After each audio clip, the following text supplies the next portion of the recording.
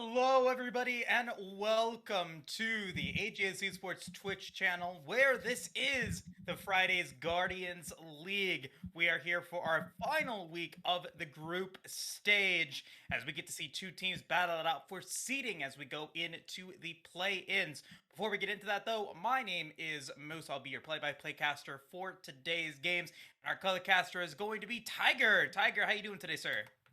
I am doing well, and I'm excited to see some more League of Legends today, Moose. We've got two teams that are near the top of the table. We got Literal Monkeys Grass and Clown Gaming Gotham, so this should be a good matchup. Clown Gaming Gotham only dropped one match so far this season, so we'll see if they can be knocked off again today by Literal Monkeys Grass.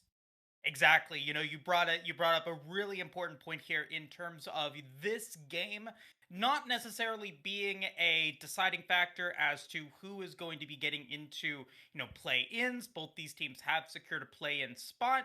Clown Game and Gotham moving into today's bracket with a 5-1 series record and an 11-3 game record have confirmed a play-in spot. Even if Oasis Dream is able to 2-0 DGZ Arcadia in their game today, it will still be a tie. Clown Gaming Gotham will win the tiebreaker, and Arcadia will then have no way of being able to win and get into that top seeded spot. So, with that being said, definitely a fun matchup here. Little Monkeys Grass looking to show that they are a top tier team. Their position in the bracket is relatively decided. There's going to be very little chance for them to get any lower or higher in the bracket. They will end at around fourth place here in the group stage, but that doesn't mean that they don't want to go all out. They want to be able to show off and show that they could potentially make a nice play in or potentially a good playoff run. So definitely excited to see how this game plays out, and definitely one you guys should be looking forward to. Yeah, and in addition to all those things, I think that from a team standpoint, you want to go into playoffs with some momentum. So I'll be uh, looking at both of these teams to give their all tonight because you definitely want to be coming off a win. You'll be feeling better about the state of your roster. You'll be feeling better about your chances in the playoffs if you are able to get that win in the last week, especially when it's going to be between two quality teams. So win against a quality opponent probably feels even superior to the win against maybe a bottom team. But also, if you get that loss in the last week, then you gotta work through all of the things that happened. You gotta figure out what went wrong and how to solve that. So it definitely feels better to come off of a win. Exactly. And as we get into the draft, let's move forward into other parts of the Guardians League and the matches that are here today. Big important matchup that is, I think second to today's featured matchup is the one in the Piltover series between DGZ Arcadia and Oasis Dream. That matchup is going to determine who will join Clown Gaming Gotham with a confirmed spot in the playoffs and who will still have to fight their way through the play-ins to confirm their top 8 seed. And then Team Ambition Solstice, Glacial Omen, both 1 and 5 in the bracket so far. The winner of this matchup will move on to the play-ins. The team that loses will unfortunately be eliminated. They will not have a chance to get into the play-ins. If you guys do not know already, I'll explain it to you now. In this group stage, there's two divisions, the Piltover division and the Zon division. The bottom two teams of both divisions are eliminated after the group stage. Tough Sapphire, forfeiting today's match, had no chance of being able to get into the play-ins. They are eliminated, and whoever loses between Glacial Omen and Team Ambition Solstice will also be eliminated. So very important matches here in the Piltover schedule.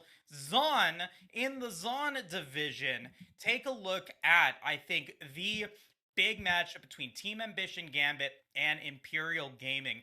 That one, two very strong top tier teams. Ambition Gambit already confirming their spot in the playoffs, but Imperial Gaming can end with a 6-1 record if they are able to stop the flawless group stage that a Gambit currently has would definitely be a huge victory for them. If they do lose that one, Omega Gaming Apex is going up against the weaker Crystal Cave Gaming Ruby for their chance to confirm their spot into the playoffs. And then the last game that we have to really look at is Spartan Shields versus Clown Gaming Aristocrats. That one going to just determine placement for the players and the teams that are in the play-ins. So a lot of important matches to get into today's bracket, but this one, our featured matchup, Literal Monkeys Grass going up against Clown Gaming Gotham. We are now ready to get into the bans. Let's get into it. Starting off with Literal Monkeys Grass on the blue. They're banning out that Camille. Yeah, early at Prio on the top side band, so we'll see if that is continued or if it's just the Camille that's the strongest pick in the top lane that Literal Monkeys Grass want to make sure that they do not come across. I was looking at a few of the previous week's drafts for each of these teams, and a couple things that stuck out to me is that we've got some highly aggressive supports from Literal Monkeys Grass. They've got the Nautilus, of course, is a nice engage option, but also the Blitz, which is a little bit spicier version. And then the most spicy, I saw a Pantheon support game in there. So it would be exciting to see another round of some of these stronger engaged supports. And on the other side, I saw a lot of early game junglers for Clown Gaming Gotham. They got the Udyr, they got the Zac, Hecarim in there, and of course the Jarvan. So I'll be looking towards the bottom side of the map already for some of the early stages of this game and see if there's going to be a bunch of fighting down there. And speaking of which, see some of these early aggressive hook junglers. Literal Monkeys Grass is banning out does not have access to the Pike, the Assassinating Mage in the Ahri, and the Lilia is going to be taken away from Pwn 11. So kind of an interesting ban there. It does keep open a lot of some of the other picks that Literal Monkeys Grass has gone for in the past. We've seen, or I guess, Warhead is going to be the jungler here for LMG. So a different look, I would say, than maybe some of the other earlier games that we saw in the previous group stage. But maybe trying to go towards that. Clown Gaming Gotham, they let through the Jinx. That is one of Sir Grinds' most played champions here in the Guardians League, and it's going to be paired up with Best Buy supports Nautilus, another one of those champions that is really high engage, very, very strong in initiating fights. And so LMG going off on the right foot with some really strong bottom lane options. Clown Gaming Gotham, though, they get some pretty strong plays in them of themselves. Trundle going to be picked up for Batman, and Jhin going to be locked in for Induced. Yeah, I'm a little bit concerned with this Nautilus pick as it could be punished. I thought I saw some Morgana coming out from one of the drafts. I think it was Clown Gaming got that had a Morgana game. But Morgana Jhin definitely would be a big punish against a Jinx Nautilus bot lane.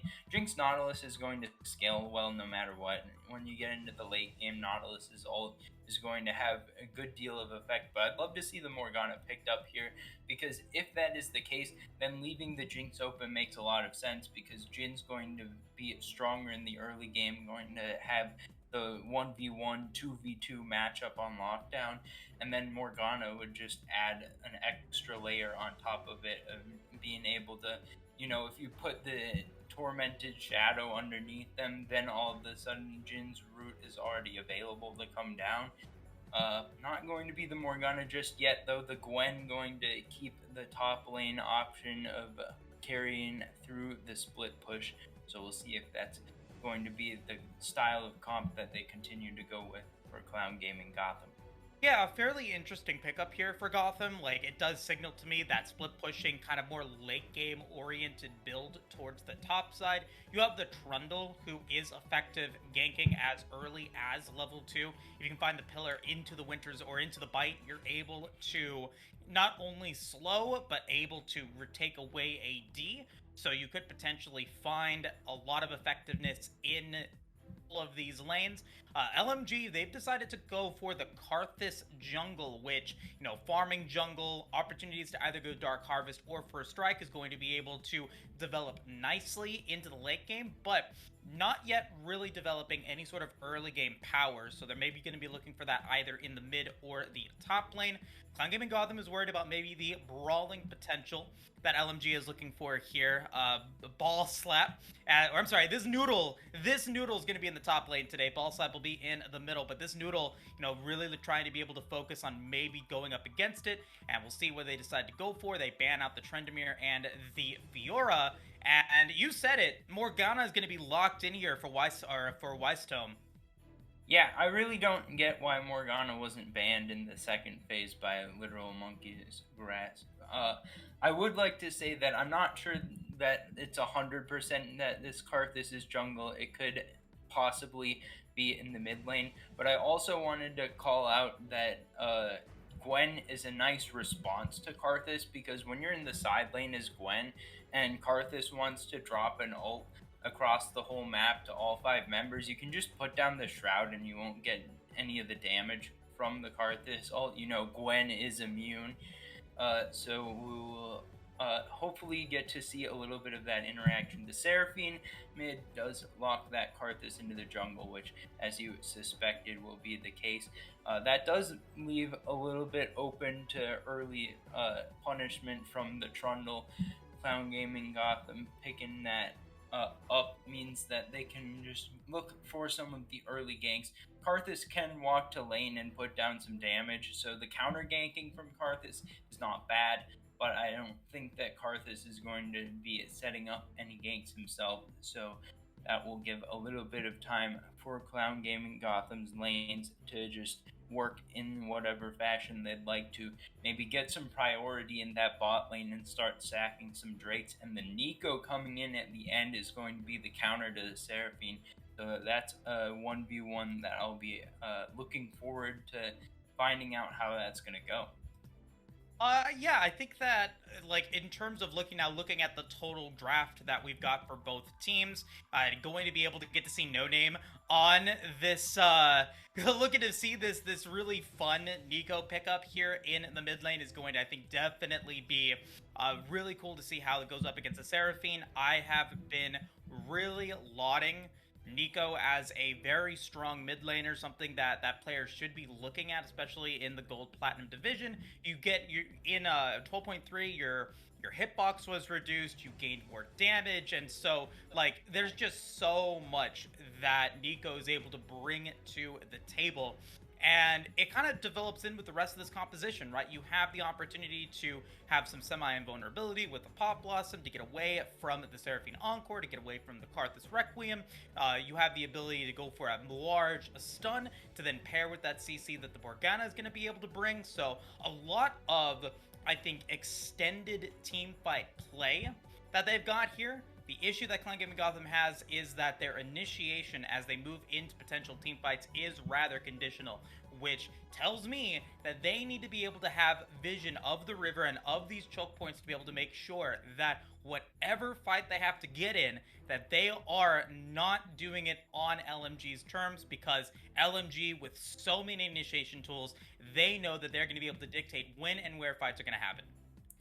Yeah, and I think that Clown Gaming Gotham picking up the Nico here on top of the Morgana has some nice synergy, because you can lay down the Pop Blossom and everyone in it can get linked up by the Soul Shackles and get a little bit of some chain CC going on there.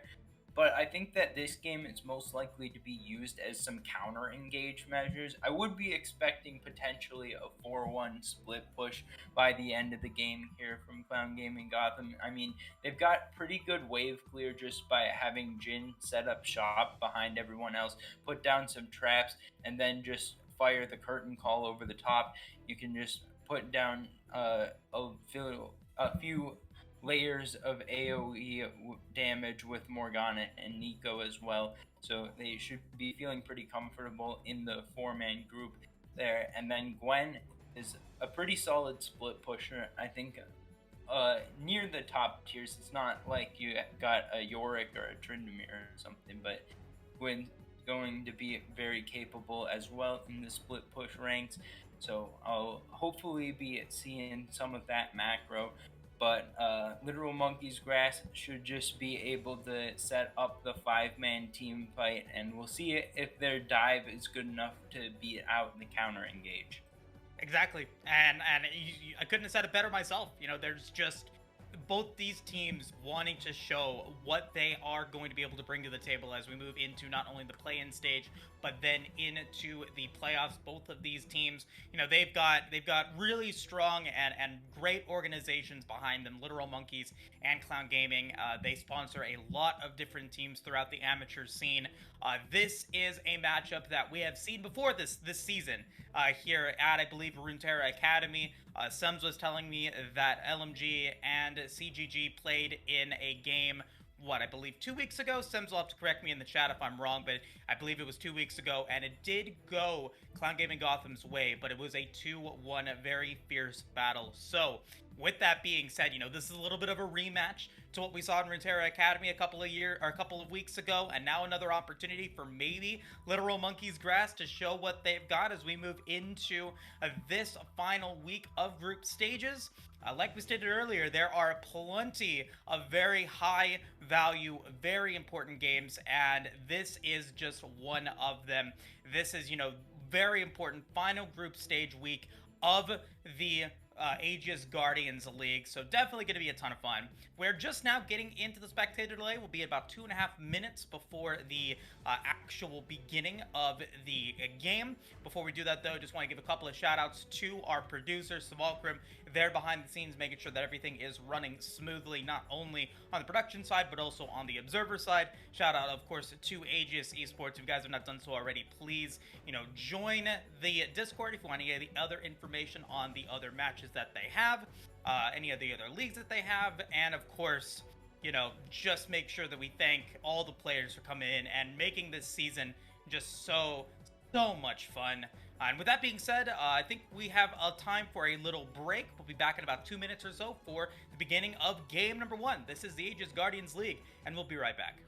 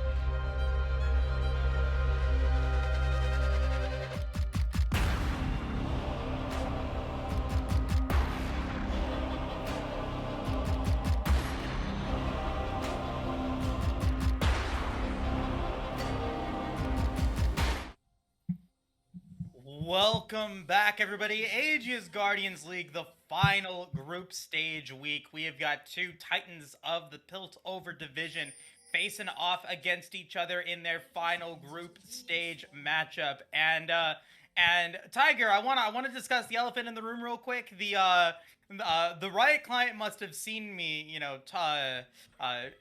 complimenting Smallcrum because they gave him a little bit of a challenge today. If you look over on the right, that is some way off name tags there. Yeah, well, you always got to deal with some production struggles in life. Never can have it too easy, can you? But well, these teams shouldn't be too affected by that. I think that we should still get some quality gameplay on our screen, and hopefully that won't be too much in the way. Uh, Looks like we're going to get bot side starts for both of these junglers. Wouldn't be too surprised to see some early ganking coming out from CG Batman on the Trundle, but it's possible also that we'll just be farming it up for a little while. Definitely think that Warhead will just be trying to get to 6 as fast as possible on this Karthus. Exactly. I mean, really not going to be seeing a lot of effective ganking from Warhead. It should just be trying to be able to farm up as quickly as possible, trying to get the level 6 so that you can drop that Requiem. I want to point out a couple of keystones here that we're seeing. Dark Harvest going to be used by Induce. I feel like that's fairly common, but with that being said, it will get stronger the more that the game goes on. And First Strike, despite knowing that Gwen is more likely than not going to be able to dodge away from the Requiem using their Hollowed Mist, still deciding to go for that first strike, still trying to be able to get the gold from that massive play that they're able to get with the 5-man ultimate there. We'll see how effective it is as we get a Dredge Line landing on a Best Buy support. Westholm now maybe in trouble, flashing away, and now maybe looking to be able to get another trade in. Induced, coming out better on the back end of that. Yeah, I honestly don't know that Wisdom needed to flash there. I think that that's still a winning 2v2, even melee range of Best Buy support. So as long as Wisdom could have just stepped back a little bit and got into proper kiting range, I think it would have turned out well. But Flash Blown means that shouldn't be too punishable by a Karthus jungle.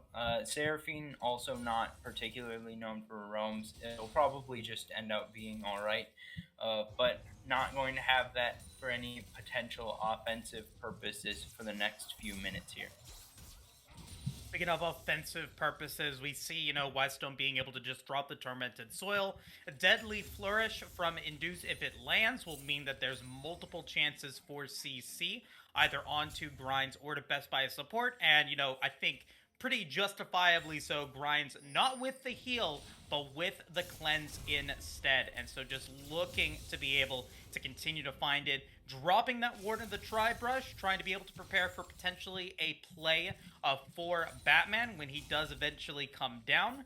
But the clearing path, the clearing power of the Karthus on display as Warhead now looks to try to be able to take it, and does take the Scuttle Crab, but at what cost? Batman's going to be able to get the bite and the slow, and first blood in this group stage goes over to Batman, getting the double up. Is going to try to flash away as well, looking to be able to maybe pick up another kill here as we get two fights. Ballsap's going to get hit by the root as well as the Q from No Name. Gets ignited, is extremely low. Noodle is low and is going to have to flash away as well.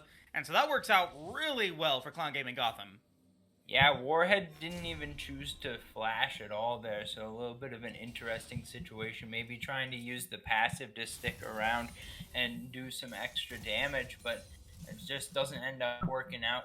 And we're seeing in this Seraphine versus Nico matchup that No Name was able to get a very deep chunk, not able to actually finish off the kill there, so Ball Slap actually comes out ahead on the summoner spells for now, although the exhaust I don't think is going to stop Nico in particular from doing that much damage, so for lane purposes I think that it's going to still be a situation where it feels about even. And I think No Name is going to just get more and more ahead in the trades. Well, we got to engage here. Induced, gonna have to flash away. He has the Black Shield to be able to get some defense, as Cleanse already used by Grinds. Now potentially in trouble. Best Buy support does not have any mana at all. Ignite's gonna get used, and a beautiful pillar. Wystone picking up the kill against Grinds, the second of the game for Gotham.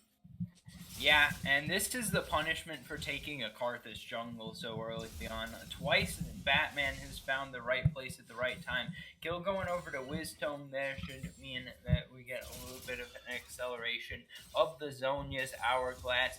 I've played a fair bit of Morgana, and I feel like it's almost always going to be a Zhonya's as the first item, then maybe have some options going into the Mythic second. But the build always a point of interest in the Morgana, and pretty much with every champ that I don't see it that often in competitive, I'll be looking at what it's going to be for Nico. There's a couple different ways you can try to build Seraphine. I'd expect probably going to be Enchanter Seraphine this game. You got the Karthus for AP damage as long as he can continue to farm up. We'll be keeping an eye on the builds, but early advantage in the gold going about 1.5k in favor of Clown Gaming Gotham. Exactly. Clown Gaming Gotham fairly excited about having the first blood onto Warhead. Warhead, it just continues to fall further behind if they lose deaths. Speaking of which, though, another Dredge line going to land onto Wisdom. He is going to be pushed down to about 500 HP. Levels up to get a little extra health back. And then chugging those pots as well to get back probably to full HP. Other parts of the Rift, I think you do make a pretty solid point about it being an Enchanter Seraphine. Not only does she have the exhaust, but she might be in trouble here. Going to get hit by a lot of damage, and will probably have to walk out of lane fairly soon. He has the Fairy Charm. Ballslap also now looking to potentially see if they can get Noodle out of it. He cannot. Potato Tomato picking up a kill on screen. Very nicely done up against the Noodle. Yeah, big solo. This Noodle with a good idea there at the end, trying to find the showstopper under the tower, but the tower shot just comes up a bit short of finishing off Potato Tomato. And then the solo kill means that it's going to be leading Gwen, and already we're getting several kills going over to Clown Gaming Gotham, and that's a lot of damage coming through in the bot lane. We're seeing all of these early advantages, and I'm trying to work out in my head how quickly the scaling can come through for Literal Monkey's Grass in order to catch back up, but right now it's looking pretty solid for Clown Gaming Gotham. With Batman there getting a little bit of assistance from Wisdom, they're able to pick up that Ocean Drake. Potato Tomato maybe going to be in trouble here. Going to get hit by the Haymaker, but doesn't quite have enough damage, enough oomph at this point to be able to take the kill onto him. So Gwen most likely looking to be able to back off, and sure does. And you made a very important point here, I think, in terms of the scaling power that LMG has. Early kills for LMG would have meant that their champions came online a lot quicker, but now, since they have been falling behind, they are continuing to have to ride the early game power that Clown Gaming Gotham has, and along with the insurance policy that the Gwen is able to bring to the table. Potato Tomato playing a little bit of a dangerous game here. Overs extending, overstaying. The Skittles are going to drop, and Noodle will pick up the revenge kill, the first of the game for LMG. Yeah, Noodle's pretty low, though, and here comes Batman, and this could be a potential 1v2 outplay. We'll see if Batman can make it happen. The Skittles are going to drop. Batman going to be able to have the subjugation, but is getting hit by the true damage. Can he pick up the kill? He can. Now can he get out of it? Flashing away from Warhead, who is out of mana, but right into the waiting arms of Ballslap. Not quite a lot of mana left on the side of Warhead. Pop-Off is going to be used. Flash is going to come in. Charm is going to land onto No Name as he goes in for the Nico clone, and No Name picking up that first kill, but now in trouble, trying to be able to get away from the Skittles, trying to be able to get away from Ballslap, and sure does. Ends up making it a 2-for-2, or 2-for-1 even. Yeah, I think it was a 2-for-2 in the long run because Potato Tomato went down a long time ago and it's already respawned. But yeah, a good response in the top lane. But just the proactivity to be making these plays is a good thing to see from Literal Monkey's Grass. They're going to get a couple kills over onto the solo laners, so that's going to help this Noodle push towards first item. And as much as I talked about them as a team fight comp, it is possible that this Noodle ends up going for a hull breaker and into more of a split pushy build. Maybe get a Blade of the Ruined King as well. So that's something to keep an eye out for. I see the Caulfield's Warhammer, and that's what makes me not so sure that it's not going to include some of these side lane items.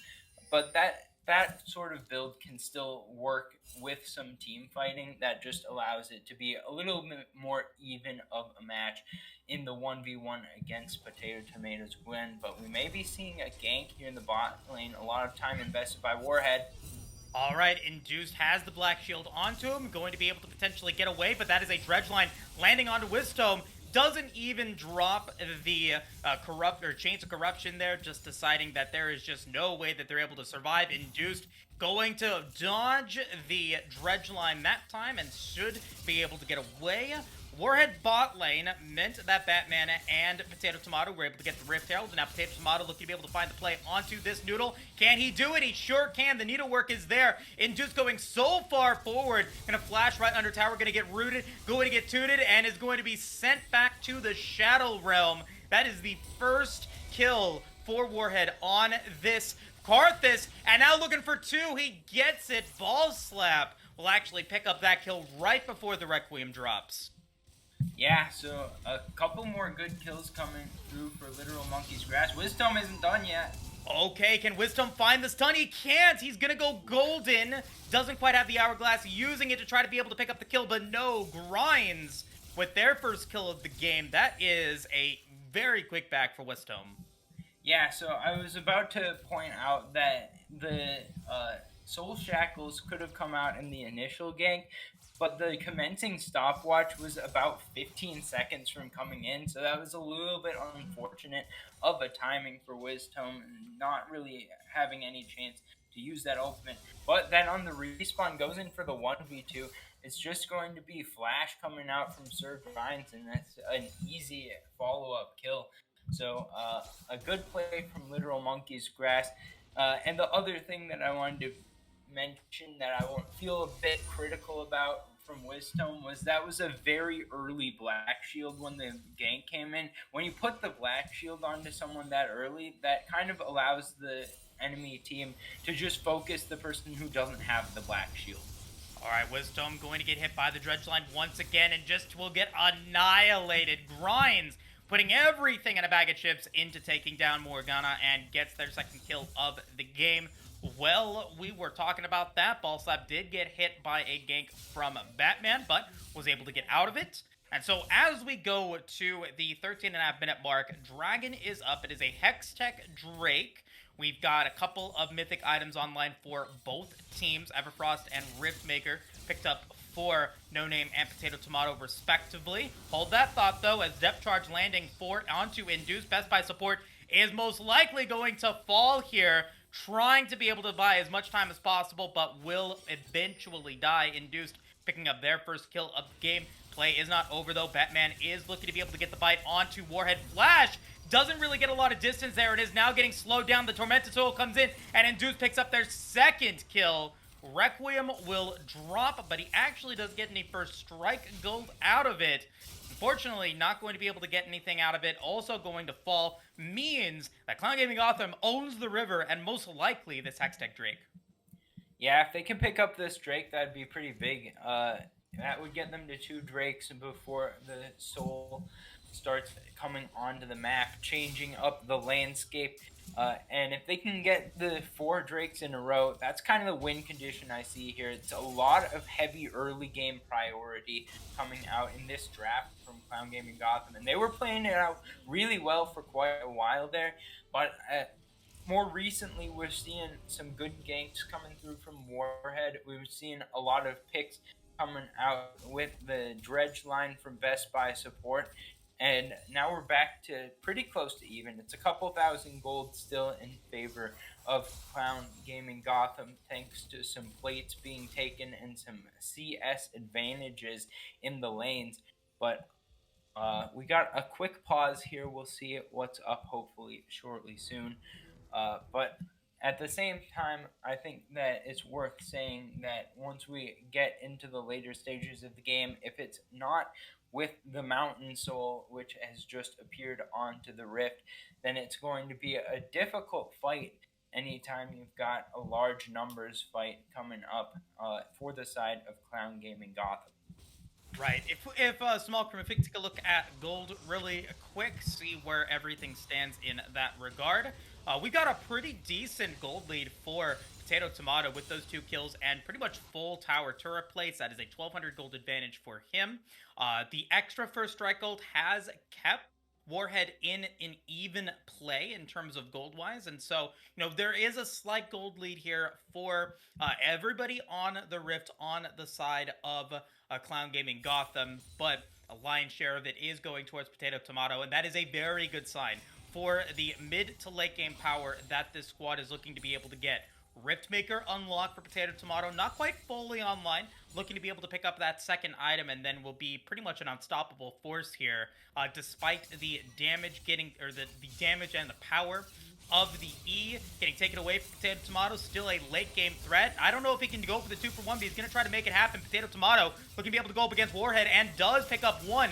Now the question is, can he pick up 2? The answer is no, but it was depth charts that had to get used in order to pick that one up. Induced with the Gale Force as well is looking to be able to pick up a kill against Grinds. Grinds able to get away from the curtain call, but not quite the Dark Binding. That is Windstorm setting up a great kill for Induced. Yeah, and that's a great response on the bottom side of the map. And the 1v3 ends up working out as a trade of kills in the top lane as well. So well played by Potato Tomato, just identifying the squishy and getting the insta-kill. Overstay from No Name. This noodle is going to be a noodle as he gets hit by the Trundle, getting cracked back to the fountain. That is the 3rd kill of the game for this Trundle and for Batman. But, overall, No Name not really showing how much presence they have had across the Rift. It very much in CS lead against Ball Slap. 1-0 and 1 is definitely putting in a good fight as well. And with that being said, those extra kills are putting Clown Gaming Gotham into an 5,000 gold lead at the 17-minute mark. Yeah, it's kind of weird how we've seen momentum shifts throughout the early stages of this game. At the very beginning, it looked like Clown Gaming Gotham was dominating, getting a couple of kills, good setup in the jungle from Batman. But then for a little bit there, it looked like the scaling had taken a very early effect. It might have been a couple of item spikes coming through that helped Literal Monkey's Grass to be in a good spot for a while. They caught up on kills. They were actually ahead on kills. They were still down a little bit of gold because a lot of plates had been taken early. But they were in a position where it felt good for them. And now a root comes down. All right, Sir Grind's going to get hit by the Dark Binding, but it's actually going to be Best Buy support that will take the brunt of the damage, picking up a kill there. Windstone, that was a very aggressive Dark Binding, giving their life over to Grinds, who's trying to be able to do what they can with that Gale Force. Can't quite pick up a kill. It's going to be Batman dropping that Rift Herald. Then it gets immediately annihilated there. Potato Tomato going to be hit by the Encore. That is so much power from the Encore, but the Pop Blossom from No Name keeping the Nico alive. That is so many kills for Clown Gaming Gotham. That is huge. The pseudo ace for this squad. Yeah, a 5-for-1 all in all, and the push continues down the mid lane. And I was talking about how it felt for a moment like it had been Literal Monkey's Grass coming back, but no longer. Yeah, and with that being said, it's going to be another Best Buy support death. Batman going to go for it, gets the actual ace, the first of this series for Clown Gaming Gotham. Almost picking up the inhibitor pre-20 minutes. And you have to think here, Tiger, the early game power has resulted in a massive snowball for Clown Gaming. Yeah, and really the goal lead has shown through. After that moment where they gave over a few picks and kind of evened up the score, now from the last 6 minutes or so, I think it's been Clown Gaming Gotham, all Clown Gaming Gotham. It's been a lot of resources invested just to go even on trades and for the side of Literal Monkey's Grass. We'll see if they contest the Drake here because this is the third Drake of the game. If they get it, then Clown Gaming Gotham will be one Drake away from getting that juicy Mountain Soul. And they do it. Teleport's going to be used now as we do get a Dark Binding landing on to Ball Slap. Doesn't quite want to follow up with any extra plays there. But this is a 8,000 gold lead. And Potato Tomato comes in with the Nashor's Tooth as well. And their Warhead falls on a killing spree. Batman picks up the dragon, and a nice Sonya's Hourglass from No Name is going to keep them alive. That is going to be Soul Point here for the side of Clown Gaming Gotham, but they might not even need to get to Soul. Needlework is going to get used. Induce is unstoppable. Flash from Ball Slap is trying to do what he can to get away, run for their lives, but there will be no encore this time. Batman, now 6-2-6, is on a rampage. Yeah, instead this time it'll be taking a bow and calling the curtain because it's Jin's time to be on the stage, not Seraphine's in this game. And it looks like we will be seeing the base be broken once again. 3-man trying to clear the way, but I don't know if this is a fight you can take. Yes, so much damage. Now Potato Tomato is huge. Deadly Flourish going to land on a grind, using Cleanse to try to get away. But it's actually the Rampage for No Name, and a continued player. Induce is dominating. No Name finally does fall, but Induce is going to be able to pick up a double kill, a triple kill before dying. Wisdom is still alive, going to be able to get away from Ball Slap. The inhibitor falls in the mid lane, and Batman is just looking to whittle away a little bit of damage onto these Nexus turrets. That is a 21-minute inhibitor down, and I mean, for me, Tiger, it looks like Clown Gaming Gotham has this game in the bag. Yeah, it would be very difficult to come back from a situation like this. I mean, the wave clear is all right with Seraphine, Jinx, Karthus. So Literal Monkey's Grass could just try to stall this game out for a little while longer. But the Baron's on the map now, 22 minutes into the game. With the mid inhib down, it's going to be very difficult to contest. I wouldn't mind seeing Clown Gaming Gotham just go straight to the Baron here as soon as they can get everyone onto the map. I think they've got a pretty good take, and they've got Riftmaker Gwen, so it's going to be pretty healthy, and the speed of the take should be pretty decent as well. With that Nashor's Tooth being completed, we've got 2.5 items for most of the carries here on the side of Clown Gaming Gotham. Still trying to complete the second items here for some of the members of Literal Monkey's Grass. So I think they just need to farm it out. I don't think they contest here. I think if they did contest here, the game would just be over. So they're just trying to pick up any jungle camps that they can before they get hemmed into their base for the next 5 minutes. Yeah, taking a look at your gold lead now with Baron now getting taken, it is pretty massive. A 4,000 almost gold lead for Potato Tomato, a 1,000 gold lead for Batman, a 1,800 gold lead for No Name, and another massive 3,000 gold lead for Induced against Grinds. Unfortunately, we could potentially wait for the scaling to come online for the side of LMG. It is going to take way too long to happen, and they're looking to end this fight. Windstorm is going to fall under tower. Pop Blossom's going to get used, going to be able to get the stun on the Ball Slap. Ball Slap will fall. That is 2 kills. Warhead's going to be the next target. That is 4 kills. That is going to be only Grinds remaining. Potato Tomato will be able to pick up that last kill. It is a 4-for-1. And you have to think, Tiger, that this game is about to come to its conclusion as we move on to potentially game 2. Yeah, good Black Shield at the front there to allow Batman to just wander around and not be CC'd. There you go, the Nexus Towers. They're going to be taken out almost instantaneously. Grinds doesn't have the damage for this. It's over. We're going on to game number 2 with Clown Gaming Gotham taking the 1-0 advantage and playing out their their comp very well. A lot of effectiveness coming through, especially through the early stages of the game. Batman playing out the jungle advantage against Warhead's Karthus pretty well, and able to find early gold lead and expand and expand and expand on that until they had the 12,000 gold lead. 15 at the end, actually. So 15,000 gold in 24 minutes. Not too shabby whatsoever. And Clown Gaming Gotham is going to have the 1-0 lead going into game number two. Yeah, and I mean it felt like, everyone always says that games are not decided in draft, or but it can put a lot of pressure on a team when your draft is lackluster comparatively to the other one. And unfortunately that seems to be the case here in game one.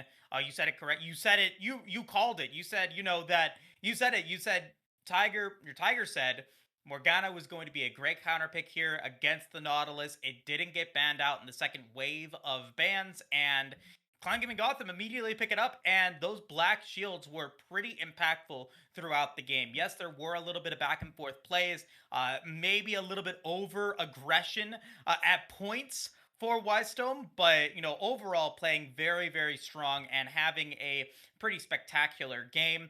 At the end of the day, it was just too late game heavy here for Literal Monkeys Grass. It was going to take way too long for all of their players to get online, and it ends up resulting in a very quick, very easy 24-25 minute game one. Now, Clan Gaming Gotham is just one game away from being able to go 6-1 here in the Piltover division in the Aegis Guardians League. We're going to set up the draft really quick. Uh, we're going to take a quick break, and then we'll be right back to get that started. See you guys shortly. Everybody panic! Hold on! I'm about to say something really cool. 3, 41, 9, and lift off! No one dies screaming without me. I feel like I forgot to shoot something. You're starting to bore me. She's such a loser, always ready to cry. Da-da-da-da. Aw, come on. What's the worst that could happen?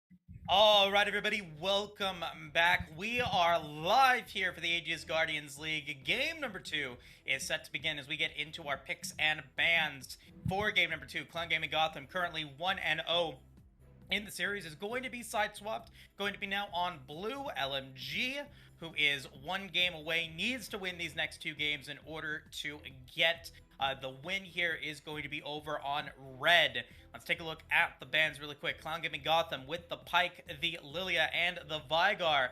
LMG, worried about that Gwen pick, respect banning it, going to be taking out the Gwen, the Hecarim, and the Camille. I am Moose, and I am joined here by Tiger. I mean, what's the expectation for LMG as we move into game 2? Well, I think that their drafting in game number 1 was actually not all that bad. The Karthus as an answer to Trundle is something that I'd like to see changed up. I think that that was punished pretty heavily in game 1. But other than that, I thought that they had a pretty solid comp. We saw flashes of what it can do. I think the Nautilus especially was an effective pick, even though it got kind of countered by the Morgana. You can still get a lot of use out of a Nautilus even against a Morgana, because once you get into the later stages of the game, if you can just hit a dredge line onto someone, then it's kind of hard not to throw a black shield somewhere, and once the black shield's down, then you can just use all of your abilities on someone who's not black shielded. But this time around, going with some of the Icathian stuff, we got the Kaisa and Jax. So we'll see if that's going to mean some more split push focus in game number 2 for Literal Monkey's Grass. Yeah, Sir Grinds, very, very comfortable on the Kaisa pick. Those tier champions definitely bringing a lot to the table, especially in the mid game. That scaling and the power of the Void Seekers, once you get the Muramana and the Tear of the Goddess, is going to be quite excessive. Monkey's Grass, they are hovering the Ezreal as well. That could be a Kaisa mid here for them, and it is. LMG, that is 2 tier champions really focusing towards the mid lane. And Clown Gaming Gotham, they have drafted a relatively similar comp to what they had in game 1. The Trundle, the Caitlyn, and the Morgana are the first 3 picks. Yeah, I think that there's no reason for Clown Gaming Gotham to change up what they're doing. It's already working just fine. I mean, Caitlyn maybe as an answer to Kaisa instead of Jhin works out a little bit better, because you've got some of that extra mobility to follow up against the supercharge. But whatever the case, it's still a pick that made sense at the time. But then Kaisa gets flexed to mid. I would have liked to see Literal Monkey's Grass hold that flex for a little while longer, maybe try to absorb some bans into the mid lane, and just allow them to pick up the support instead as the counter to the Morgana. I think that that would have been just fine.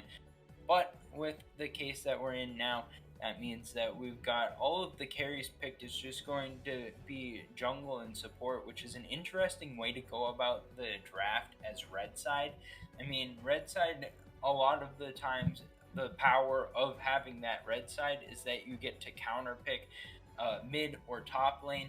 Jungle, you don't necessarily need to counter pick as hard.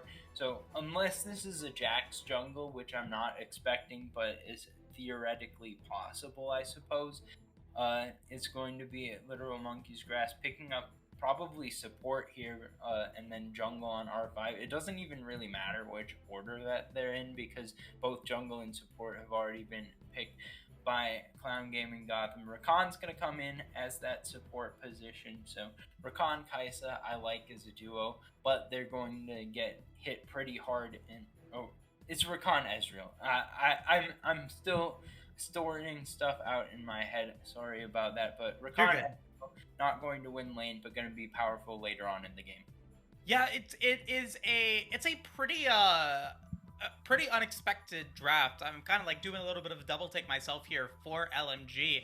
Clown Gaming Gotham, they are believing that this is a Jax jungle, folks. They've got the Fiora and the Trendemir bans. They're worried that that could potentially be flexed into the jungle. And as we take a look at the draft for LMG, they do not have a lot of frontline. Rakan, well, he does have the quickness to be able to get that charm, to be able to get a little bit of CC and can potentially perform as a front line, does still need some beef behind him in order to be, or in front of him, in order to make sure that he can get to that front line and be relatively effective. LMG, let's see what that last pick is. It doesn't show a pickup here. Let's see what they decide to go for and try to make it happen. That is definitely going to be something that they're going to have to pick up here now. But Clown Gaming Gotham, they've decided to go with the Aatrox. They've decided to go with the Vex.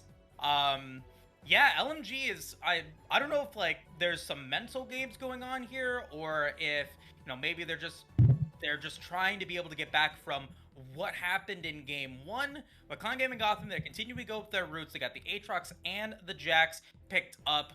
It is a Mordekaiser pick. So it is a Mordekaiser pick in the top lane. It is LMG flexing the Jax down to Warhead in the jungle. I honestly would rather see Mordekaiser jungle than see Jax jungle. I think Mordekaiser's clear is a little bit better. Just having that AoE helps a lot with camps like the Raptors, and I think that the speed should be similar between Jax and Mordekaiser, but Jax should be fine in top lane against Aatrox, and I think that Mordekaiser should be a little bit better at ganking depending on the situation. I mean, you definitely would rather have Mordekaiser gank bot, right? Because Morgana's going to put up the black shield, but Mordekaiser can actually break that, so that would allow the CC to be a little bit more consistent, especially once Rakan hits level 6. So ganking with Mordekaiser in the bot lanes may be more of a potential threat. We'll see which direction that they go with it. Jax still has some ganking power, but I think that if you were playing the Jax jungle, then there are just better options. We'll see how they end up playing this out. But looking at the drafts as a whole, I think that Literal Monkey's Grass has a much harder to execute comp. I mean, Rakan as a champion just by himself is going to be a high level of difficulty, but working with the team and being as squishy as they are, if they aren't careful, they'll just get blown up very easily. It's going to require a lot of good target selection coming out at the beginning of a fight from the Mordekaiser to make good use of that option. And on the side of Clown Gaming Gotham, they've just got options with the Morgana, Vex, Trundle, Aatrox. There's a lot of good engage there. The follow-up to the engage, especially with Morgana, it feels really nice when you have a champion like Vex that can CC multiple members at the same time, especially with a CC type like Fear as well. So you can kind of split them up, and then Morgana can pick who you want to put the binding on. So we'll see. It is the Jax jungle, so that was the correct assertion. And we'll see how that works out. But I think that Clown Gaming Gotham has got a nice edge for themselves as far as ease of execution, and they looked very solid in game 1 as well. Exactly. I think the point that I wanted to take from that is it's a much harder to execute comp for LMG. If they do win, it will be because, you know, they're on comfort picks, and it will be on champions that they feel like they can actually do a lot of good work with.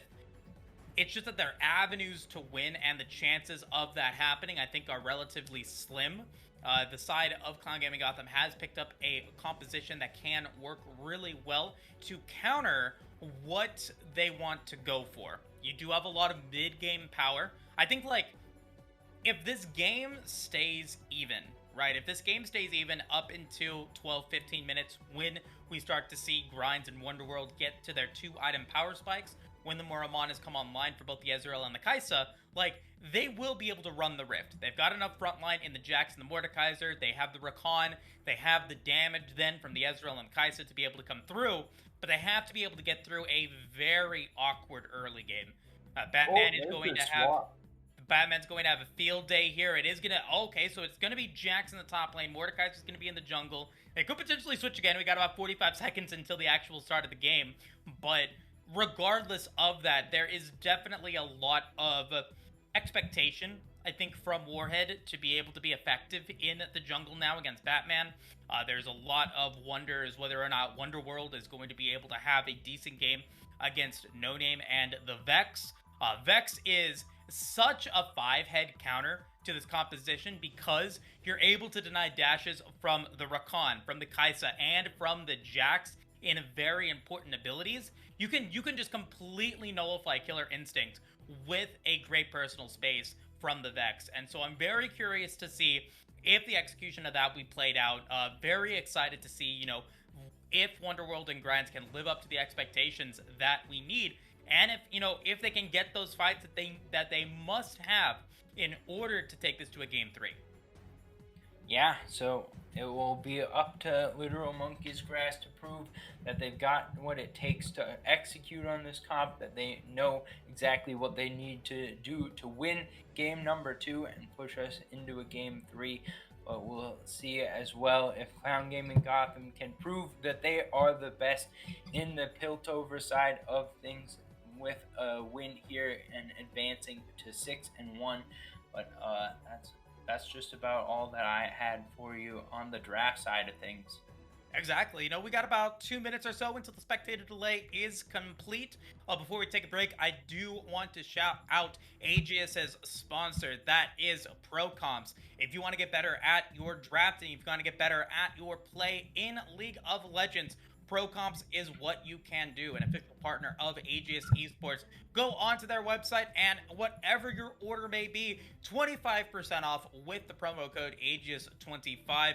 Definitely want to check them out if you do want to improve your play, so that maybe next time that you get into draft or you get into those games, you're able to get it with a win rather than maybe a salty loss. Regardless of that being said, this is potentially the last game casted of the regular season for the Aegis Guardians League.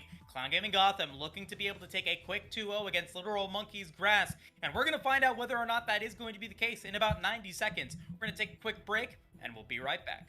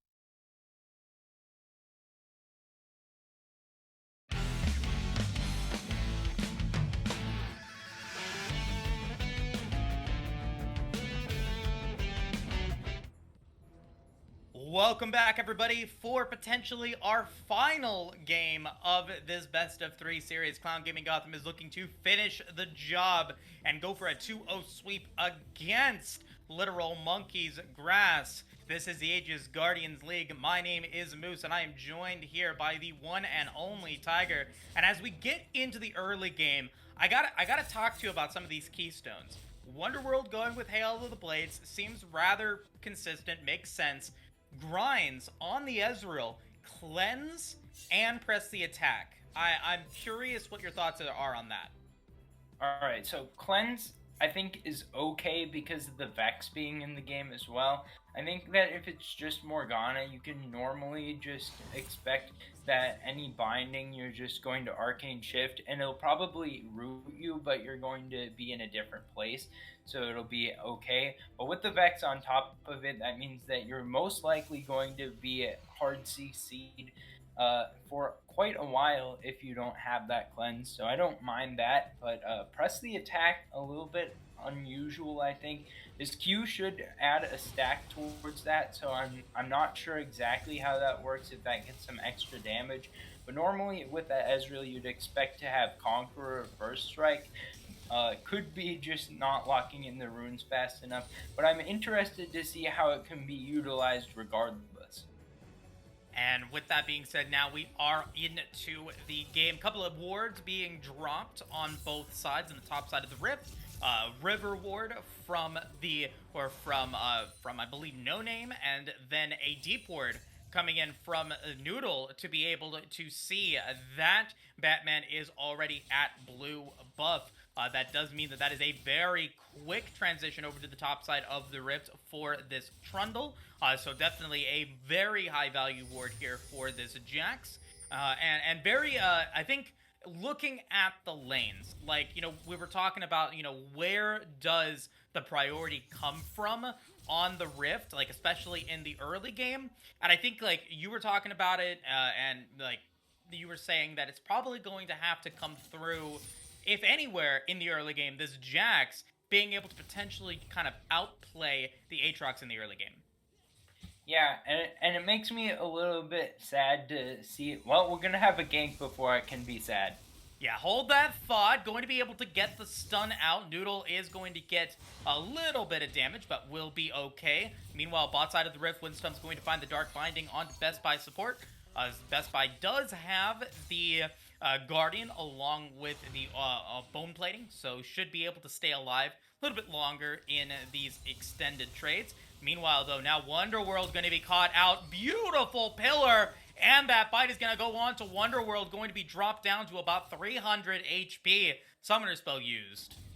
Yeah, it looks like Batman's not interested in farming camps this game. Only champions 3 camp into a gank top, into gank mid. So now should be able to catch up, because I think that he'll be even on Scuttle Crabs. But he's going to take a little while longer to finish up the rest of his camps. So we'll see if Warhead can use that time to actually set something up. Potentially walking here towards the bot lane. I don't know how good the ganks are from Mordekaiser, but there definitely is the potential to set up for it with Rakan now being level 3. Exactly, and that is something that could potentially be here for Best Buy support. You do have the rake in for Warhead to be able to follow up with that CC. Grinds isn't going to be bringing in a lot of any CC here, but he will be able to put in a lot of damage. Noodle getting a lot of damage on Potato Tomato, but the minions actually helping out with that, going to end up resulting in a nice trade here for Potato Tomato. Meanwhile, just continuing to push forward on the side of Clown Gaming Gotham. Induced, trying to be able to come through. Flash getting used by Potato Tomato, looking to be able to maybe find the kill onto Noodle, but cannot find the Infernal Chains. Noodle with less than 100 HP and only 6 CS is going to back off. Yeah, so I think that would have killed if it landed Sweet Spot from Potato Tomato. But in addition, I think that if this Noodle hadn't put up the Counter-Strike, then that would have also had the opportunity to kill. So Counter-Strike gives you the dodge from all of the auto attacks, as is well known, but it also reduces AoE attack damage by 75%. I think it's either 75% or 25%. I can't remember if it's reduced by 25% or you take 25% of the damage that you normally would. But that damage reduction was actually coming up useful there. But that said, Potato Tomato actually coming out very ahead early on these trades. So we talked about potentially hoping to carry through Jax in the early game. But that looks like it might not be such a good option for Literal Monkey's Grass after all. As well, I think Warhead got an invade off into the Raptor camp, but only was able to take a couple small Raptors potentially.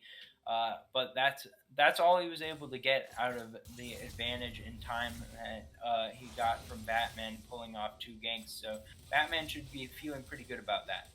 Exactly, and I do see the chat. I am made aware. It is Clown Gaming Gotham over on the blue side. Literal Monkey's Grass is over on the red. Don't let it confuse you. They have not changed teams or anything like that, but it is still Clown Gaming Gotham that is in a pretty substantial 400 gold CS lead. The 5 minute mark. 400 gold doesn't seem like a lot, but in the early stages of the game, that can compound into a lot of extra damage in terms of gold later on down the line. And you really do we really have to look at this Noodle playing here as this Jax. Only 6 CS is going to be able to come back only with that longsword and a control ward. So not the most menacing buy as we move into the 5.5 minute mark. Mountain Drake has indeed spawned as Best Buy support, looking to be able to stop any potential plates going down from Induced and Withstone. I also want to point out the tiers. Both Tier of the Goddesses now picked up for both Wonderworld and Grind, so that is one of the potential win conditions that the side of LMG has. They have the opportunity to go in for a ton of damage once those Muramanas come online, and now with those tiers being stacked up, it means that eventually they will be able to get to that point. Yeah, and now that I think about it, Potato Tomato might have actually frozen the third wave, which is why this big of a CS gap in the top lane has developed, and why this Noodle was in such a bad spot trying to take those trades. And if that's the case, then that's just an absolute mastery of wave management, just to be able to do that and get such a big lead very early on into the game. So great work there by Potato Tomato, and we'll see if it's going to continue. Obviously, this Noodle able to get some CS back, but it looks like the wave might be coming to a spot where Potato Tomato can try to freeze once again. Yeah, it comes back with the Iron Spike Whip, and because of that great lane control that he had, he's also able to pick up, like I said, that Iron Spike Whip and have it in a very decent situation. Now up 40 CS against this Noodle.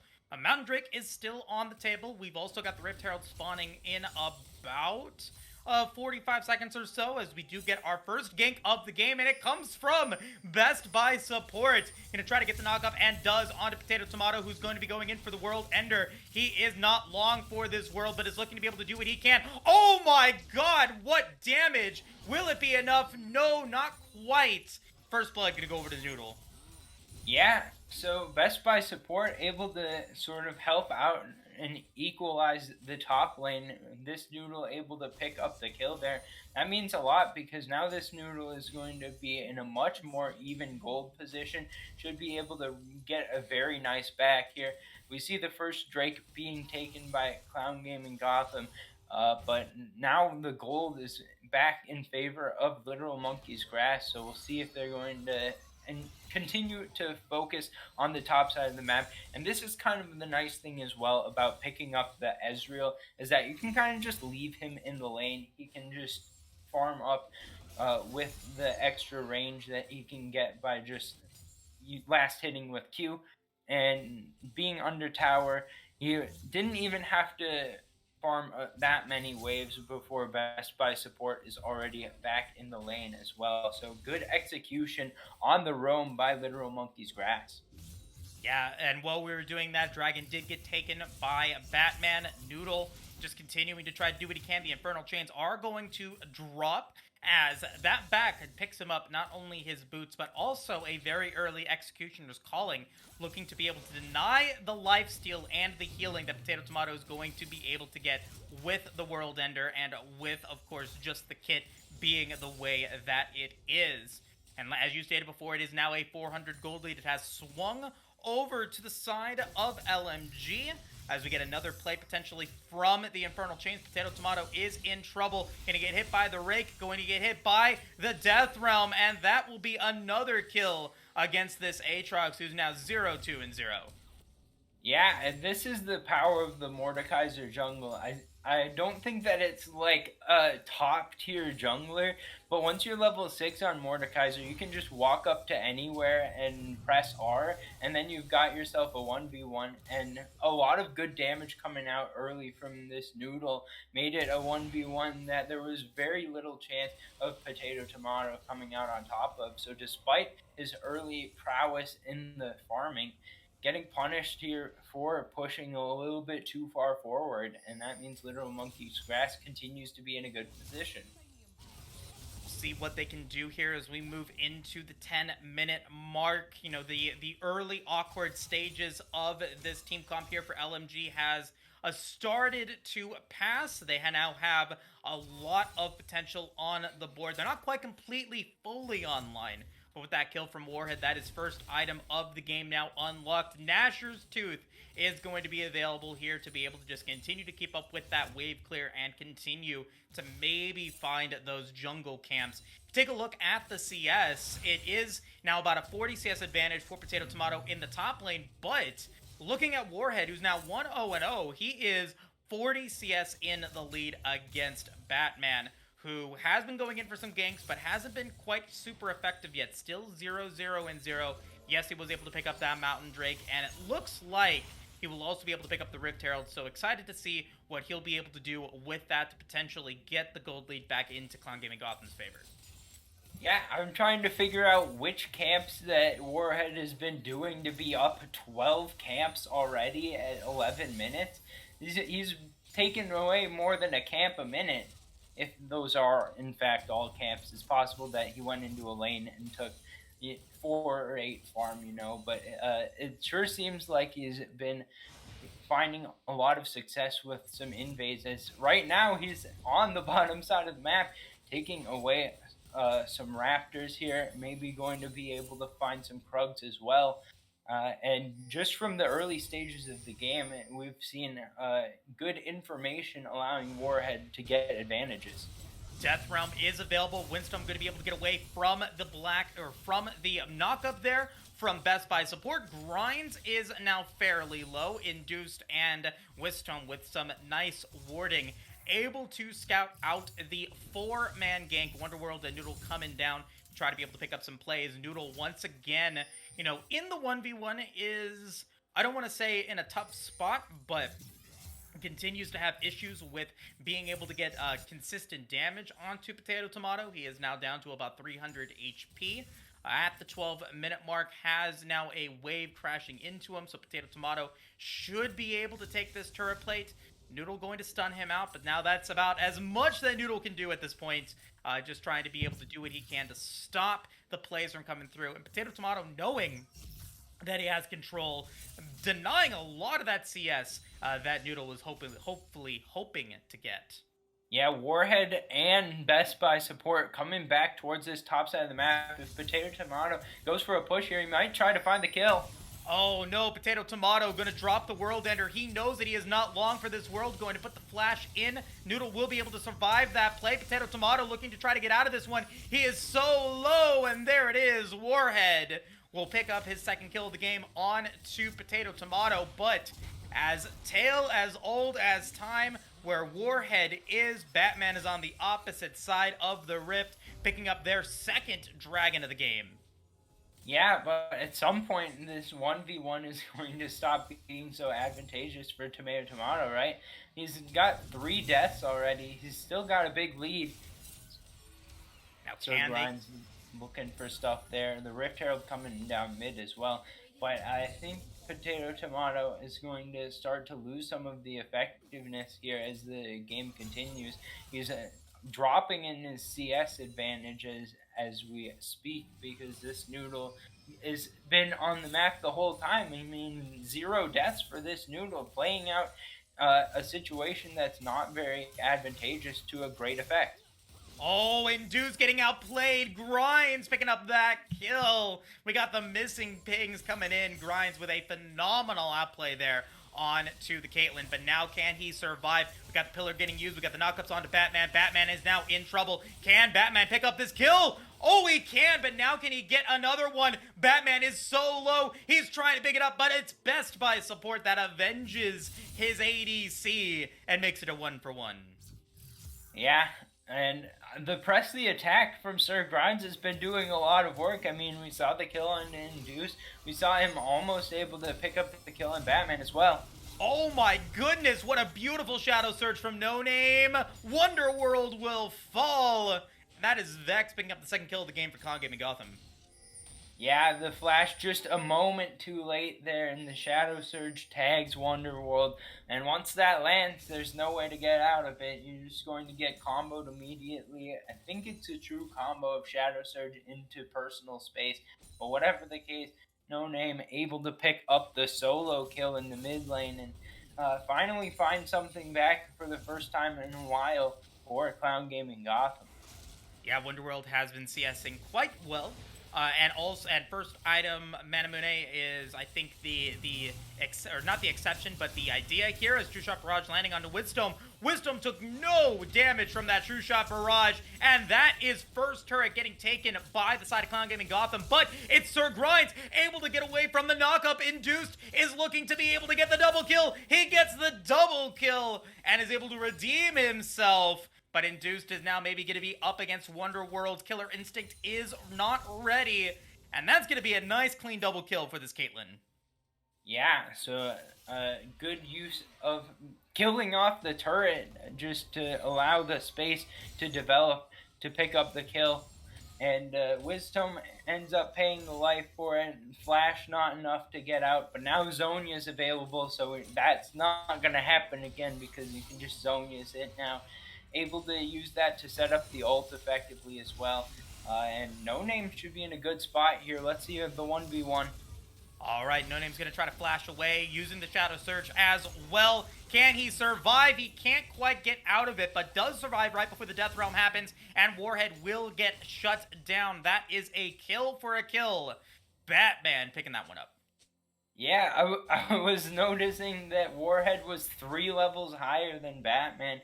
I think that Warhead might be the highest in the game at level 12, but Batman's still able to come in and lay down the subjugate and finish off the kill.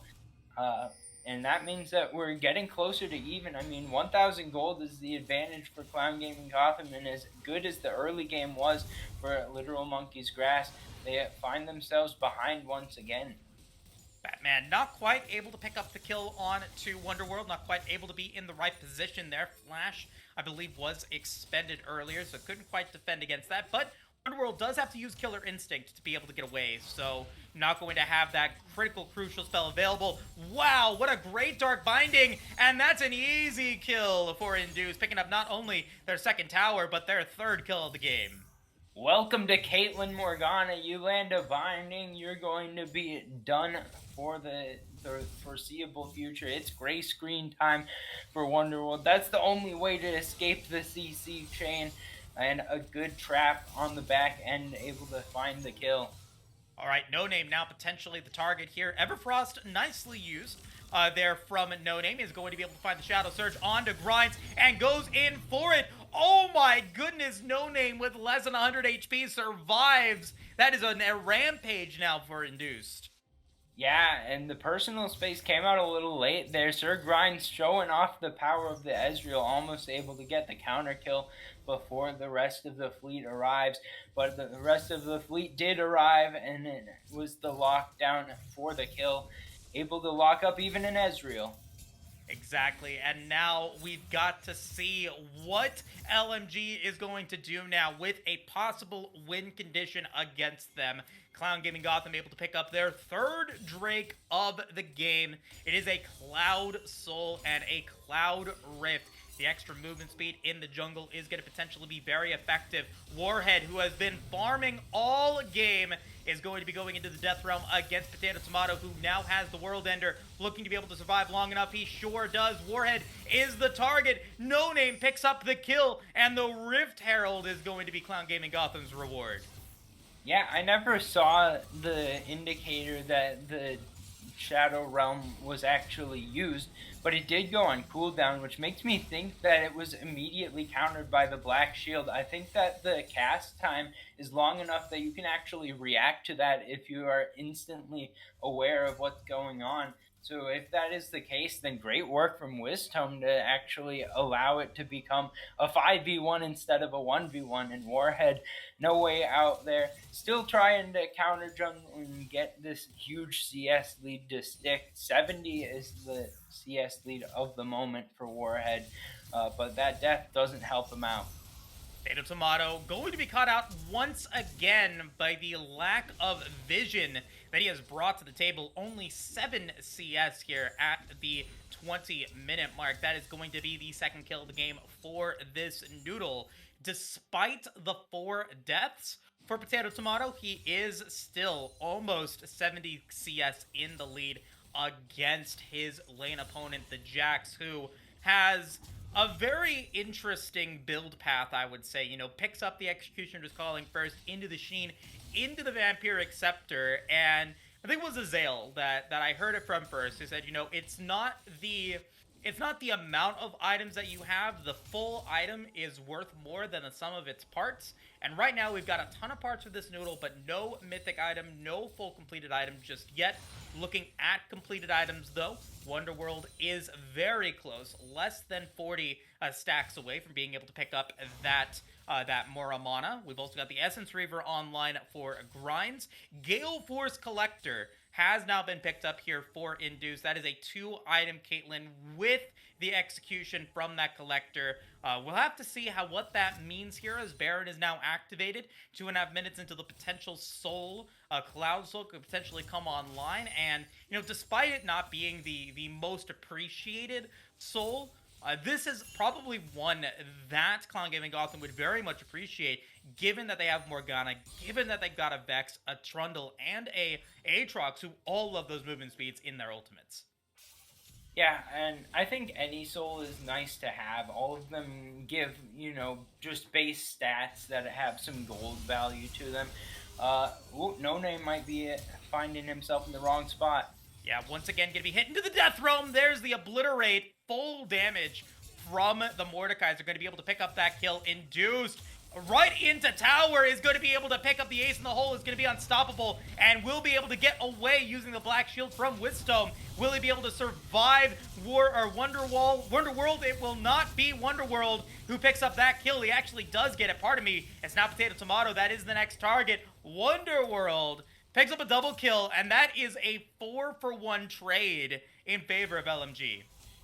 Yeah, I had a hard time tracking everything that was going on because that fight was so broken up.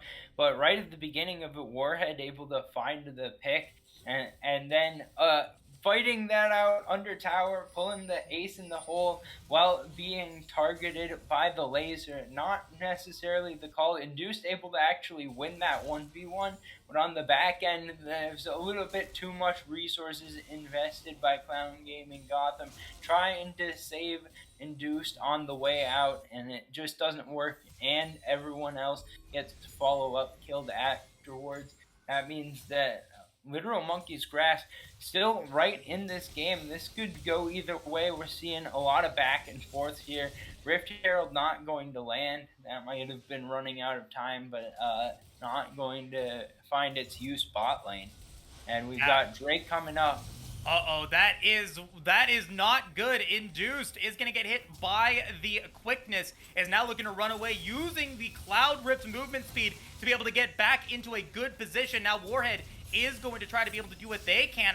Wow, so much damage from those headshots from Induce, and now Shadow Surge is going to get used. Warhead is going to be the target, going to be caught in the pressure there, and that is 1 kill, 2 kills for this Vex. No Name looking to be able to find another one. That is Wonderworld picking up a kill onto Potato Tomato, but do they get out of that one? The answer is no. That is a triple kill for No Name. This Vex making sure that that is an ace secured, the second of the game for Clown Gaming Gotham, and that is Cloud Soul. Yeah, so with the Soul going over at 24 minutes, that means that there's going to be a lot of power. Baron still on the map as well. 15 seconds on the death timers.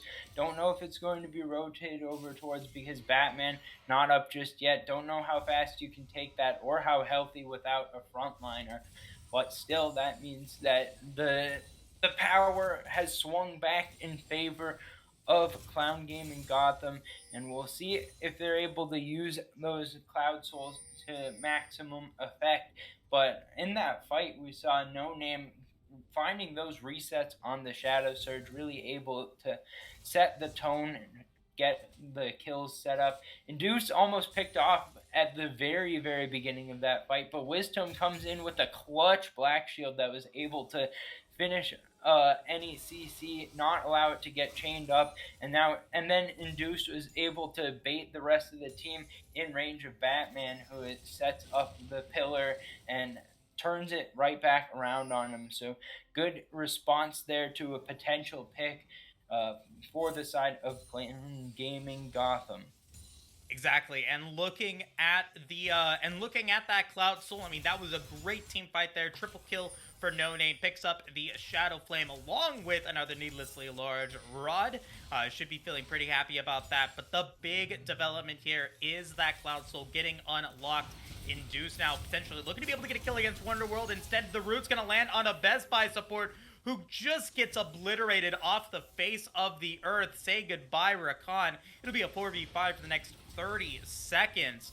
But Cloud Soul going to be utilized potentially effectively here as No Name gets hit by the Shadow Realm once again, trying to be able to survive against Warhead. Can't quite get it, will get shut down, but the root's going to land from Induced. Warhead is going to be the target, but he doesn't fall, so it ends up being a 1-for-1 for the time being. Wisdom fairly low. The Void Seekers are now dealing, I think, potent amount of damage with the Menacer's Tooth and the Muramana, but they don't initiate upon it, and it ends up being that 1-for-1. No one really getting a major advantage. Yeah, so Potato Tomato. All right, once again, overextended. We're going to see if he can get out. He cannot, and that has been the name of the game here for Potato Tomato in Game 2. He has not respected power of his opponent, continues to get hit by those pesky roamers without his vision controlling the map. The way he's playing it, he should have just picked Scion. Just run it down, take as many towers as he can. But this Baron is getting bursted down. Yeah, that's massive, actually. Warhead picking up the Baron here for the side of Literal Monkey's Grasp. Now the question is, can they get out of it? No Name going to be able to find a nice use of the personal space. Ace in the Hole is going to land onto Grinds. He's now on a killing spree. No Name will fall, but it's a double kill for Induced. And now Batman is looking to be able to potentially find another kill. Instead, going to let Wonderworld escape. So 3 members of the side of LMG are going to stay with Baron. It is 1,000 gold lead. Induced, though, is going to find Wonderworld. Wonderworld's going to use the Killer Instinct to try to potentially pick up the kill, and ends up being a 1-for-1 shutdown on both sides. Yeah, but that's no more Baron for Wonderworld either, so I don't think that that's the fight you want. Trying to find a little bit of a pro recall in that brush, but it ends up getting caught out, and a nice job from Induced to set that kill up, get the trade, and get that shut down. But I think that I wanted to go back to the Baron and take note of the fact that actually it could have just been snuck. Like, those control wards got put down. There wasn't any vision in the pit, but there was a blue trinket that got cleared, and when you clear it, you actually give vision, so it ended up not being a sneak because the vision given by killing that ward allowed for Clown Gaming Gotham to respond, get the troops rallied, get there in time to get some kills on the back end of the Baron being taken. And now it's just going to be Best Buy support and this noodle with the purple for the next minute or so. Exactly. Like, having Baron on 5 members is so much more effective than having it on just two. And when those two are the top laner and the support, you don't quite get that same value as you would, say, the mid laner and an ADC. The fact that you only have 2 Barons means that you can only potentially get those powered up minions in at most 2 lanes, and it is conditional to having them be in the area in order to make that happen. So, while they do get the Baron, it is a now 2,000 gold lead on the side of Literal Monkey's Grass. Shout out to them. This is a very, very good game for them. They have not, let it just be a early game dominance game here for Clown Gaming Gotham. They have gotten past the awkward phase. They're now in a point where they theoretically control the Rift with the 2 item spikes on both Grinds and Wonderworld. Getting that Baron was definitely big, but the fact that they don't have the most effectiveness out of that Baron is a bit of a sad news bears situation. Like, you want to be able to see them get those towers down, potentially be able to set up for this Elder Drake that's spawning in 90 seconds.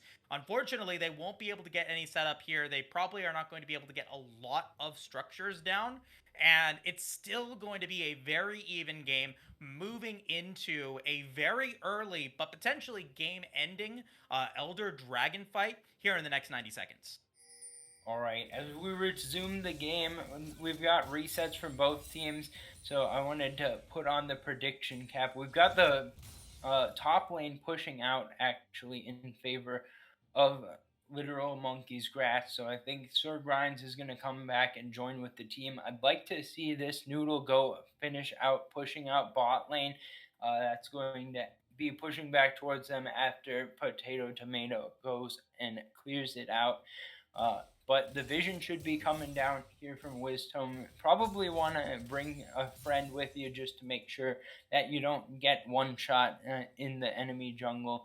But it's just going to be a river ward put down in that brush that's going to allow a little bit of vision into who might be joining into a team fight.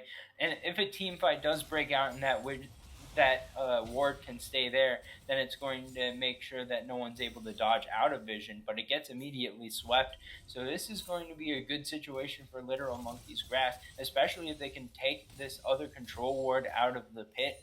It's going to be very difficult to walk up into a Rakan, and a lot of poke coming out from Wonderworld and Grinds as well should make it a situation where going in is almost going to be an instant death for the first person that gets there anyways. And that's a nice ward over the edge of the pit that's going to tell Literal Monkey's Grass that Wisdom is over the wall, although they may have guessed that anyways given that tormented shadow. Exactly. And now with 10 seconds remaining until the Elder Dragon spawns, Baron is now off of the remaining members of LMG. Pillar is going to drop. Grind's going to be able to use Arcade Shift, and now the dance has indeed begun. Potentially a game-ending Elder Drake for whoever is able to get it. Look for the Shadow Surge from No Name. Look for the Dark Binding from Wisdom. Look for Potato Tomato going in against Warhead. The Death Realm is going to be used, and the Shadow Surge is going to be able to get to the backline. So much damage on a Noodle and Best Buy support, but they can't quite finish the job. That is a double kill for Noodle before he falls, but it's Induced with the triple kill, and the Shadow Surges are coming back in for No Name. Ace in the hole is going to be there. It's a pentakill! It's a pentakill for Induced! The remaining member, Clown Gaming Gotham, getting a very, very bloody ace. Yeah, and now since it's Induced that lives the 80 carry, it's going to be at least 2 towers going down in the mid lane. Should be able to walk right back out to Elder and take it as well. This is huge for Clown Gaming Gotham. They're going to be able to push the gold lead back in their own favor. They should be able to get maybe even an inhib here if Induced is feeling like staying around for it. But it is 10 seconds on the carries coming back up. in Warhead and this Noodle. So it's just going to be the call to go straight to Elder. This is going to be spotted out, so I don't know just how fast they can get back out onto the map, but Literal Monkey's Grass may have a chance to try and contest this, but a teleport in from Potato Tomato is going to make it a lot more difficult. All right, yeah, no, the Elder Dragon is now potentially the reward for that ace, for that pentakill, and they will get it. That is LMG seeding the Elder Drake. That is now Cloud Soul, Elder Drake, and a pentakill for Induced. Clown Gaming Gotham is at their strongest now. 16,000 gold for this Caitlyn, 2,800 gold in the pocket. That is going to be a back and a full item for this Caitlyn. I mean, that was so close, and I have to think, like, Warhead going into the Death Realm so quickly allowed for No Name to get a huge Shadow Surge onto the back line. And that ended up being, I think, one of the determining factors here for Clown Gaming Gotham. But, LMG, they were so close to bringing that one back. Wonderworld, level 17, 3 items just deal so much damage at this point in the game. Yeah, and the other thing that happened at the beginning of that fight was that Wonderworld got hit by a random Piltover Peacemaker, which broke the crown of the Shattered Queen and actually allowed the damage in the burst from No Name to come through and hit for its full power, and that may have made the difference in the fight.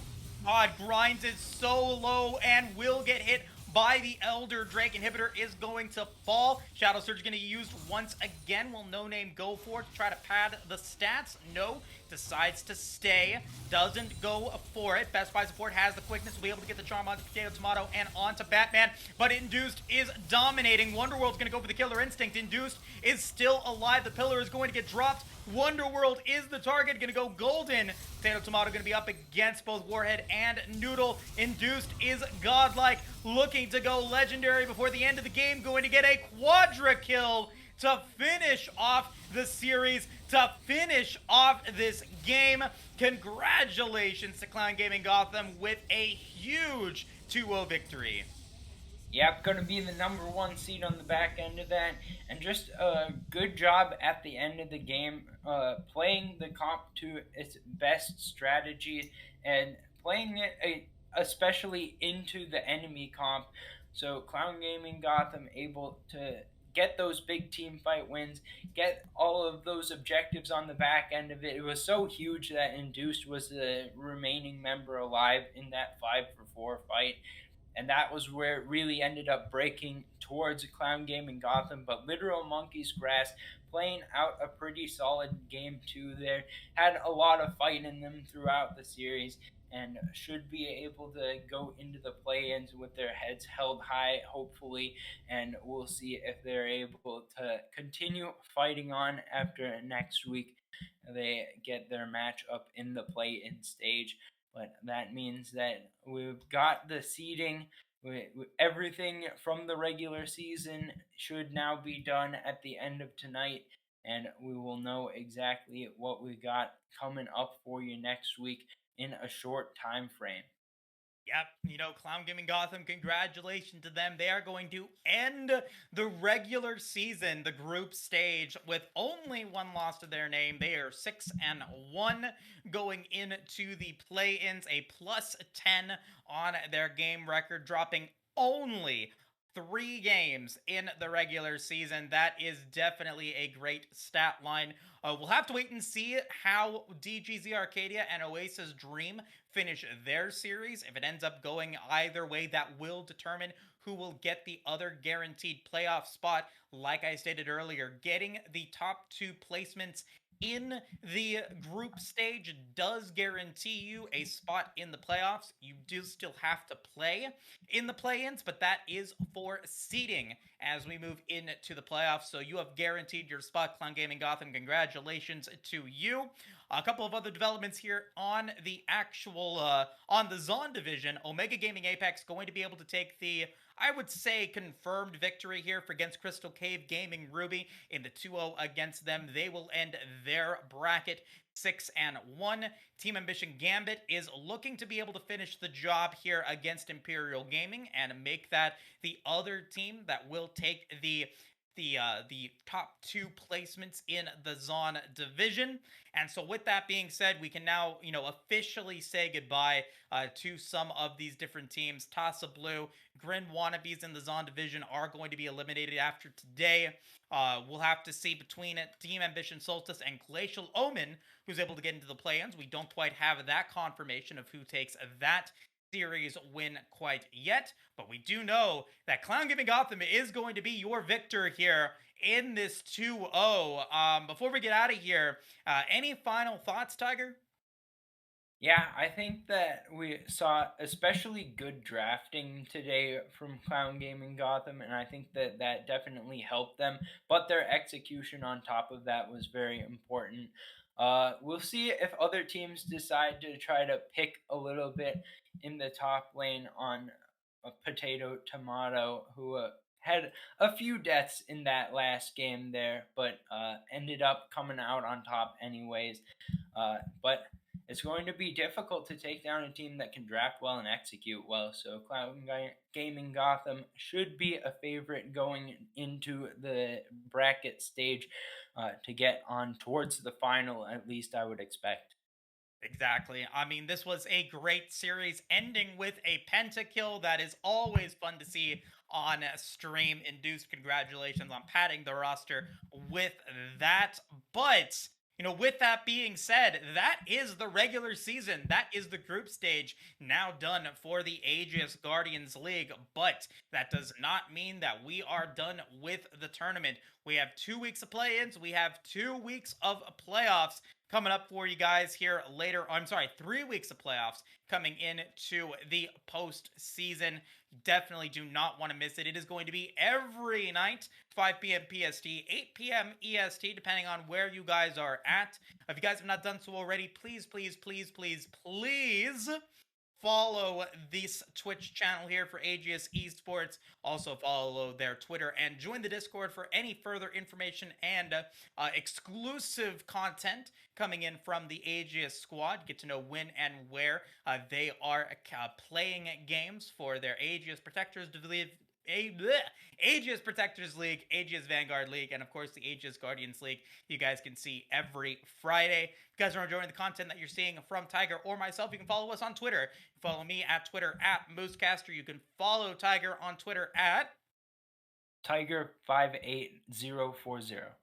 58040 Tiger. Thank you very much. And of course, shout out to our producer and our observer, the one and the only Smallcrum, making sure that everything continues to run smoothly here behind the scenes. That being said, though, on behalf of all the players here at the Aegis Guardians League, the staff and the coordination team at Aegis Esports, Tiger, Smallcrum, and myself, this has been your coverage of the Aegis Guardians League. The play-ins are next. We'll see you guys all next week, but in the meantime, stay safe, have a great weekend, and we'll see you guys all next Friday. Take care.